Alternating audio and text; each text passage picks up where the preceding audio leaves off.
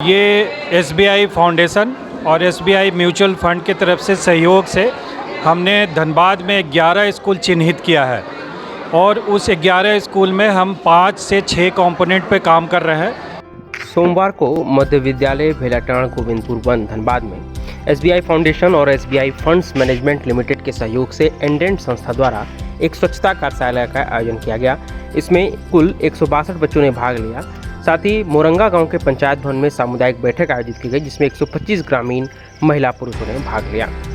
कार्यशाला में स्वच्छता की सही आदतें कैसे अपनाएं, उसे अपनी दिनचर्या में कैसे शामिल करें और ऐसी ही स्वच्छता संबंधी ढेर सारी पहलुओं पर विस्तार से चर्चा की गई। इसके तहत स्वच्छता के 5 नियमों से अवगत कराया गया और हाथ धोने की सही प्रक्रिया के बारे में न सिर्फ बताया गया बल्कि बच्चों को हाथ धोने की सही प्रक्रियाओं को कराया भी गया। टीम एंडेंट स्वच्छ भारत मुहिम को गांव-गांव के घर-घर तक पहुंचाने के लिए प्रतिबद्ध है और उनकी स्वच्छता संबंधी आत्म सुधार के लिए लगातार प्रयत्नशील है। इसी तहत ग्रामीण महिलाओं को शौच के लिए घर के शौचालय का इस्तेमाल करने के लिए प्रेरित एवं जागरूक किया गया और बच्चों के समावेशी वृद्धि के लिए शिक्षा एवं खेलकूद में दोनों का समान महत्व है। इसी संदर्भ में बच्चों के लिए खेलकूद की सामग्री जैसे cricket bat, ball, football, volleyball, ludo इत्यादि का वितरण एंडेंट संस्था के द्वारा किया गया। मोरंगा पंचायत के निर्वाचित सदस्यों के साथ बैठक की गई। बैठक के दौरान एंडेंट संस्था और एसबीआई फाउंडेशन एवं एसबीआई फंड्स मैनेजमेंट लिमिटेड के सहयोग से चल रही परियोजना मॉडल स्कूल के 5 अवयवों के बारे में अवगत कराया गया और बताया गया कि आपकी पंचायत का एक विद्यालय जो कि मध्य विद्यालय भेलाटाण है, हमारे चिन्हित 11 विद्यालयों में से एक है। कार्यशाला में प्रधानाध्यापक, शिक्षक, मुखिया, पंचायत समिति सदस्य, वार्ड सदस्य एवं कई ग्रामीण टीम एंडेंट रणवीर, नितेश, योगेश, वीरेंद्र आदि उपस्थित थे। और ये कार्यक्रम बेसिकली मैं एडेंट संस्था के तरफ से, मेरा नाम कुमार रणवीर है और ये एसबीआई फाउंडेशन और एसबीआई म्यूचुअल फंड की तरफ से सहयोग से हमने धनबाद में 11 स्कूल चिन्हित किया है और उस 11 स्कूल में हम 5 से 6 कंपोनेंट पे काम कर रहे हैं, जिसमें पहला कंपोनेंट है कि जो स्कूल में टॉयलेट की अगर सुविधा है लेकिन टॉयलेट कंडीशन में अगर सही नहीं है उसको हम लोग रेनोवेट करेंगे।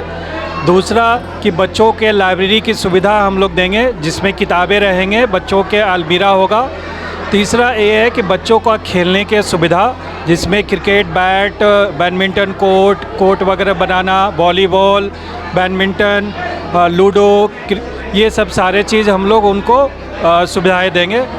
और इसके अलावा भी जो है हम लोग यहाँ का पीने का पानी जो स्वच्छ पानी नहीं है, हम लोग वाटर फिल्टर आरओ लगा करके और उसके साथ ठंडा पानी पीने का वाटर कूलर के साथ व्यवस्था देंगे।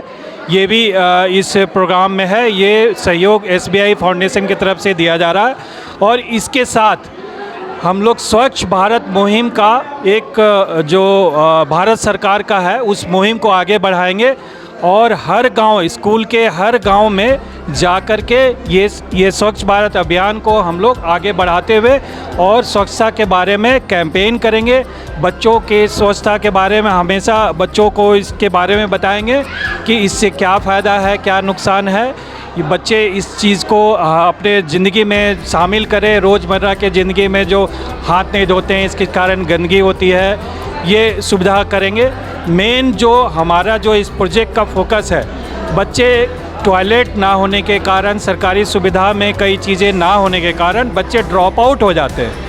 उनको ड्रॉप आउट संख्या को कम करना है। ये सारे चीज़ जो है हमारा आउटपुट जो है, ये मकसद यही है कि ये सब सुविधा देने का कि बच्चे रेगुलर स्कूल आएँ और अपनी पढ़ाई पूरी करें और खेलो कूदो पढ़ो लिखो के अभियान से हम लोग इसको आगे बढ़ाएंगे एसबीआई फाउंडेशन की तरफ से। और एडेंट संस्था, हमारा जो संस्था जो है, हम 7 स्टेट में काम करते हैं, झारखंड में भी काम कर रहे हैं और ये धनबाद में पहला मुहिम है और इसको आगे कंटिन्यू करेंगे। धन्यवाद। 11 स्कूल में अभी पहला पायलट फेज है जो बेसिकली ये प्रोजेक्ट हमने एसबीआई फाउंडेशन को बना के दिया था। एक छोटा सा सर्वे किया था, तो सर्वे करने में अभी जो 11 स्कूल को चिन्हित किया है और अभी ये पहला फेज है। दूसरे फेज में हम लोग ये काम करने के बाद ये 1 साल ये परियोजना चलेगा। 1 साल के बाद फिर से हम लोग इसको सर्वे करेंगे और कोई ऐसा होगा तो फिर बैंक को, SBI फाउंडेशन को हम लोग दोबारा ये प्रोजेक्ट बना के देंगे और उम्मीद है कि नेक्स्ट फेज में और भी स्कूल को चिन्हित किया जाएगा। अब जैसे पानी साफ करने की बात कर रहे हैं, बहुत सारा स्कूल ऐसा भी होगा जहाँ बोरिंग नहीं है, वहाँ पे क्या करेंगे? वहाँ हम लोग चापाकल की सुविधा तो हर स्कूल में है, पानी की सुविधा हर स्कूल में है, लेकिन रनिंग वाटर नहीं है। तो हम लोग ने एक सोचा है कि वहाँ पर एक टुल्लू पंप मोटर जो है या समर्सिबल पंप वो अंदर डाल करके एक सिस्टम करके और पानी को एक जगह हम लोग सिंटेक्स मशीन के थ्रू वो स्थिर करेंगे, स्टोर करेंगे और टॉयलेट को रनिंग करेंगे। तो अभी हमने टॉयलेट करीब 3-4 स्कूल, अभी 5 स्कूल में काम शुरू हो गया है और जल्द ही हम लोग इसको पूरा रिनोवेट करके और फिर स्कूल के हवाले करेंगे। जैसा कि देखा गया है कि कोविड के दौरान काफ़ी बच्चे ड्रॉप आउट हुए, उनके लिए भी कोई नहीं, कोविड के अलावा भी बच्चे ड्रॉप आउट हुए हैं, लेकिन अब संख्या धीरे धीरे बढ़ रही है। अब जो है नहीं, हाँ, उसके लिए भी हम लोग सुविधा कर रहे हैं। बच्चों को बेसिकली यही है, बच्चों को आने का कोविड के कारण जो नहीं आ रहे थे, ये हम लोग स्वच्छता के बारे में इसलिए बता रहे हैं कि बच्चे अगर स्वच्छता का रेगुलर यूज करेंगे तो कोविड से रिलेटेड भी उनको छुटकारा मिलेगी। लेकिन इसके लिए सरकार अभी वैक्सीन भी दे रही है और अब धीरे धीरे कोविड की संख्या बहुत कम हो रही है।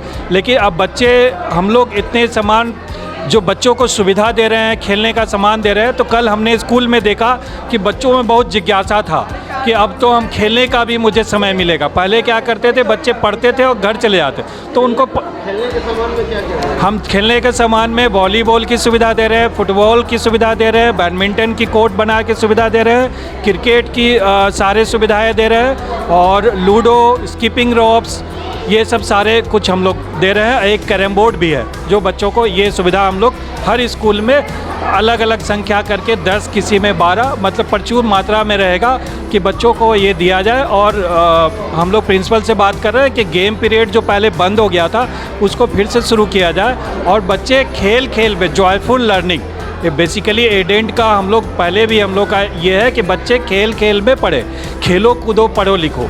ये भारत में मुहिम भी चल रहा है कि जब बच्चा खेलेगा नहीं तो फिर पढ़ेगा कैसे, तो बच्चा पहले खेलेगा तभी पढ़ेगा। ये अभियान लेके हम लोग आगे बढ़ रहे हैं। धन्यवाद।